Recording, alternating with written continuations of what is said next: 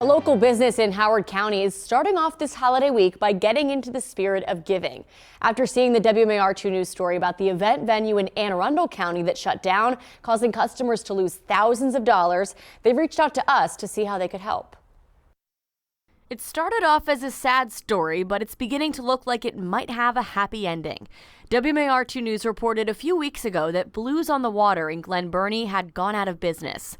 The owner filed for bankruptcy and told clients who had weddings and celebrations booked there through 2026 they were out of luck. He couldn't offer refunds because he used their deposits to keep the business afloat. Oh, it was terrible. I mean, we felt, especially right before Christmas, like for people to have lost the deposit that they've worked so hard, they've, to try and pivot to find something else. They've already picked their date. Some of them might have put out invitations already. I mean, that's rough. That's really rough. Stacy Samaras and Joshua Butts are the owners of The Collective in Columbia. The property has both a restaurant called Offshore, an event space called Encore, as well as a waterfront pavilion.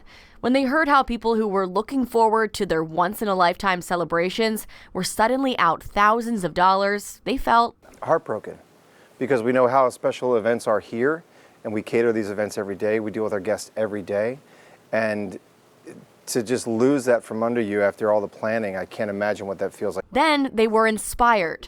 They heard how Two Rivers, a restaurant and venue in Pasadena, was offering to host events for those impacted customers at a greatly discounted rate. So they decided to do something similar.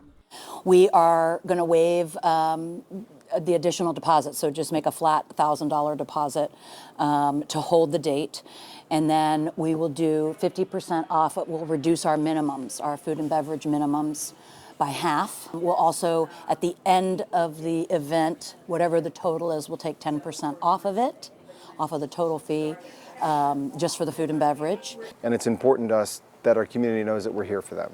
The owners say this is more than just a gesture of goodwill. This is their responsibility to the community they serve. We're in the hospitality business. We're in the business of people. And without people, we have nothing here. This is just an empty room.